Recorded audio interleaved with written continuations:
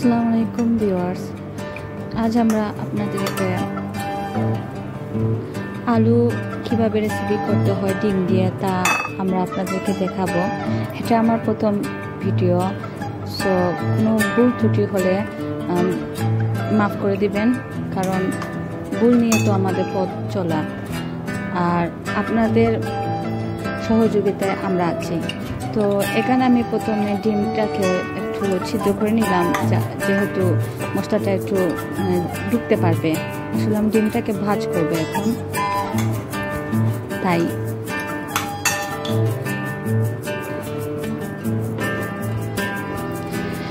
তারপর এই তো করলাম, করার পর হালকা একটু হলুদ দিয়ে দিলাম,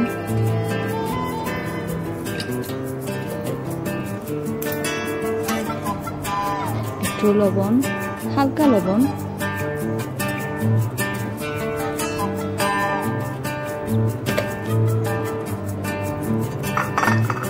আমি ভালোভাবে এগুলোকে মেখে নিচ্ছি।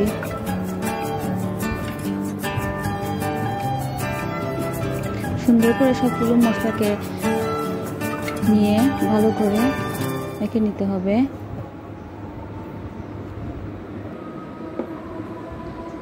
তারপর আমি এটাকে তেল দিয়ে ভাজবো।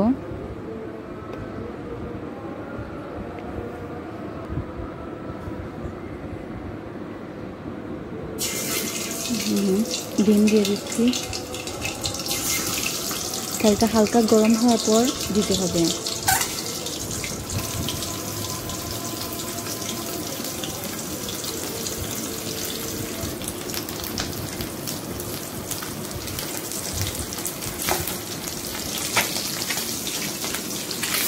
খুব সাবধানে আসলে করবেন, কারণ ডিম ফেটে যেতে পারে।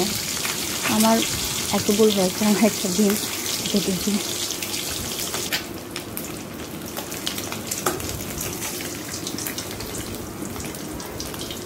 5-10 মিনিটের ভিতরে হয়ে যাবে, তারপর আপনারা তুলে নেবেন।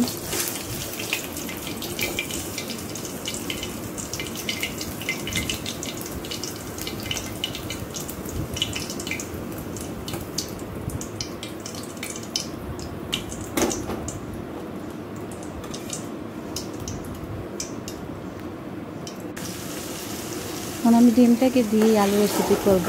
প্রথমে আমি রসুন দিয়েছি, রসুনটাকে তেলে ভাজতেছি, গরম তেলে, হালকা গরম তেলে। আর আগুনের আঁচটা একটু কম রাখতে হবে, যাতে আপনার রসুনটা না জ্বলে। এখন আমি পেঁয়াজ দিচ্ছি, একটু বেশি পেঁয়াজ দিলে আসলে রান্নাটার স্বাদ ভালো হয়।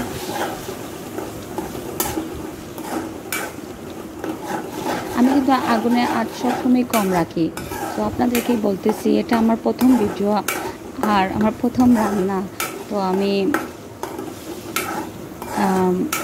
প্রথম রান্নার ভিডিও, তাই আমি খুব কম আঁচ দিয়ে, আগুন আঁচ দিয়ে রাঁধতেছি।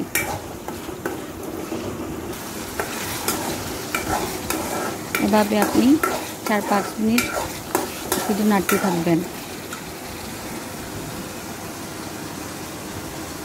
আমি একটু কাঁচা বাদাম দিলাম, যাতে রান্নার স্বাদটা একটু বাড়ে। কাঁচা বাদাম আপনারা চালিয়ে দিতে পারেন, আবার নাও দিতে পারেন, আমি দিলাম।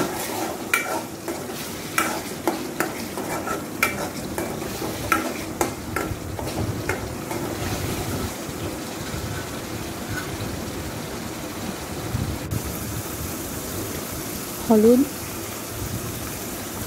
লাল মরিচ, ভাখর, 5 ফোড়ন,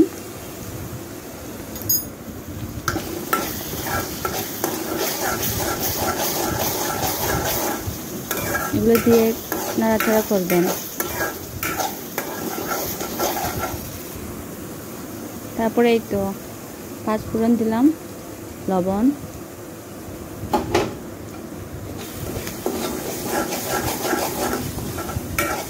লবণটা আমি সবসময় প্রথমে একটু কম দিই, পরে যখন একটু বেশি বা কম হলে আপনারা একটু রান্নার সাথে ম্যাচ করে দিবেন।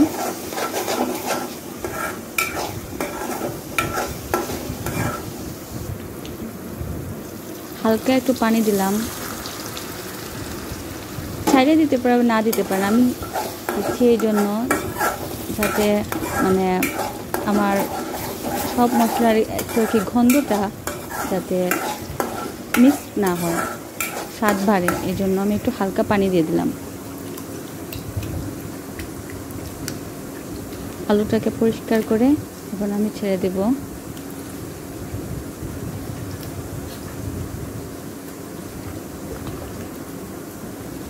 ভালো করে আলু ধুয়ে ভালো হয়।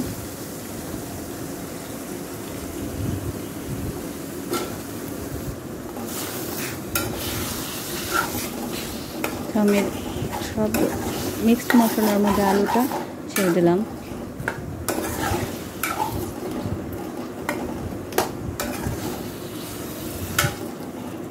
ভিউয়ার্স, আবার আপনাদেরকে বলতেছি, এটা আমার প্রথম ভিডিও, সো আমার অনেক ভুল ত্রুটি হবে, কথাবার্তা আমাকে আস্তে আস্তে শিখতে হবে। তাই কোনো ধরনের প্রবলেম হলে আপনারা প্লিজ আমাকে ক্ষমা করে দিবেন।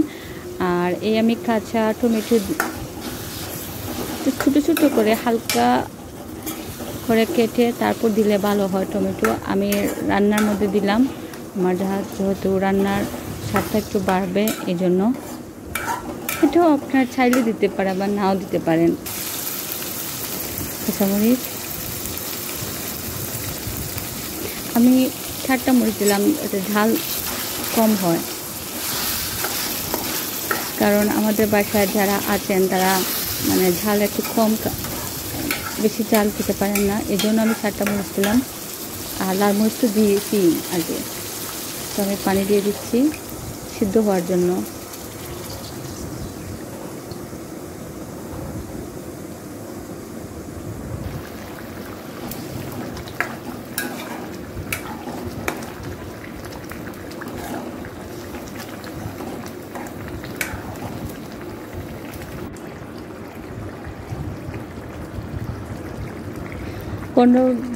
পনেরো থেকে 20 মিনিট আমি রাখার পর, তারপর সিদ্ধ হওয়ার পর আমি ভাজা ডিমটা দিয়ে দিলাম।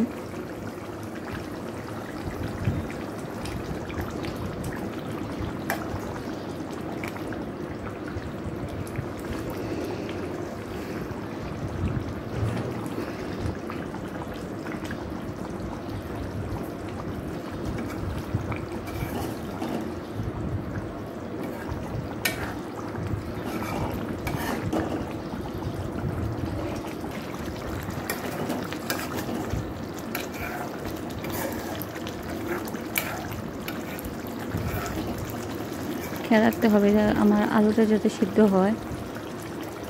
ধনিয়া পাতা,